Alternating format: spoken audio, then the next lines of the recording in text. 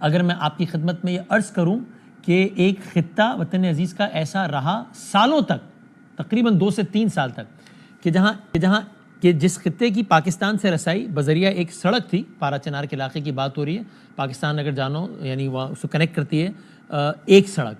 اور وہ ایک سڑک 2 سال سے زائد عرصے تک بند رہی، اور اتنے عرصے تک وہ پورا علاقہ عملاً پاکستان سے کٹا رہا، اور جب وہاں کے لوگوں کو پاکستان آنا ہوتا تھا تو بذریعہ افغانستان آتے تھے۔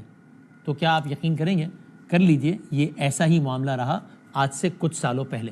پھر اس کے بعد حالات میں اونچ نیچ آتے رہے، کبھی کوئی خودکش دھماکہ، کبھی فلاں فائرنگ کا واقعہ، کبھی یہ بہت ساری سٹوریز ہیں۔ ان سب کو فاسٹ فارورڈ کر کے اگر آج کے واقعے پر آ جائیں، اور اب سے کچھ دنوں پہلے بھی اسی طرز کا واقعہ پیش آیا، حالیہ واقعات پر آ جائیں اور آج کے واقعات پر آ جائیں، یہی ایک سڑک ہے۔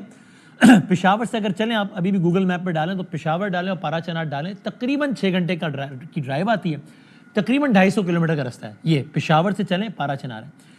اس ایک سڑک میں 1000 مسائل ہیں، اور انتہائی خوفناک، پریشان کن اور حیران کن بات ہے کہ ایک سڑک کی حفاظت نہیں ہو پا رہی۔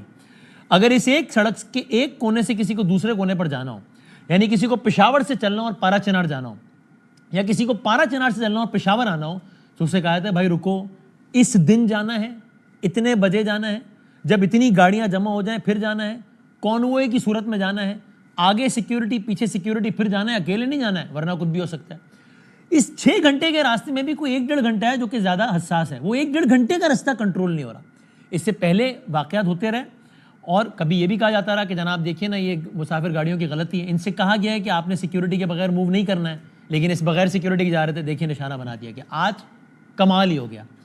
تقریباً 100 سے زائد گاڑیوں کا قافلہ ہے، 100 سے زائد گاڑیوں کا، جس میں عورتیں ہیں، بچے ہیں، سب ہیں، مزدور سب، اس میں سیکیورٹی آگے ہے، اس میں سیکیورٹی پیچھے ہے، کانوے کی صورت میں راستے میں یہ جا رہا ہے پورے کا پورا قافلہ۔ ایک مقام پہ اس قافلے پہ فائرنگ ہوتی ہے،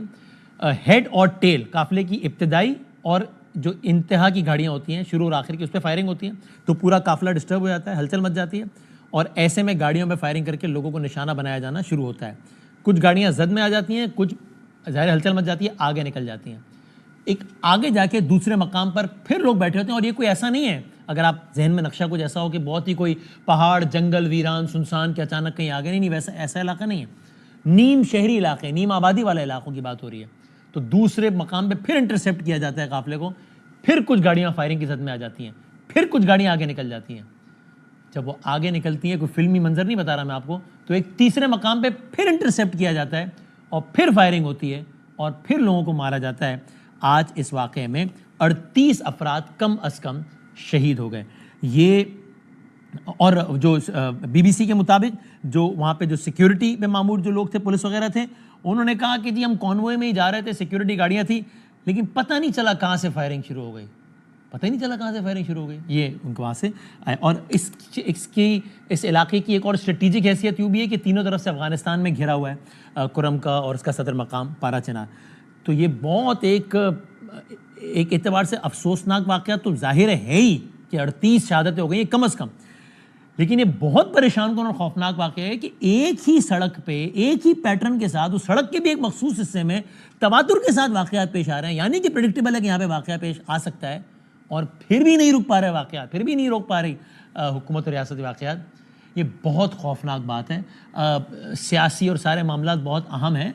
اللہ نہ کرے مطلب یہ نہ ہو کہ بس سیاست کے پیچھے اس طرح کسی، مجھے کہہ لینے دیجیے، کسی ترقی یافتہ ملک میں اس طرح 38 جانوروں کے ساتھ کچھ ہو جائے تو ہیڈ لائن بن جائے، یہاں 38 انسان مار دیے گئے، اور یہ واقعہ پہلا نہیں ہے۔ اور عامر مغل صاحب PTI کی سینہ نما کہتے ہیں اس کا رنگ فرقہ وارانہ بھی اس پہ غالب ہے۔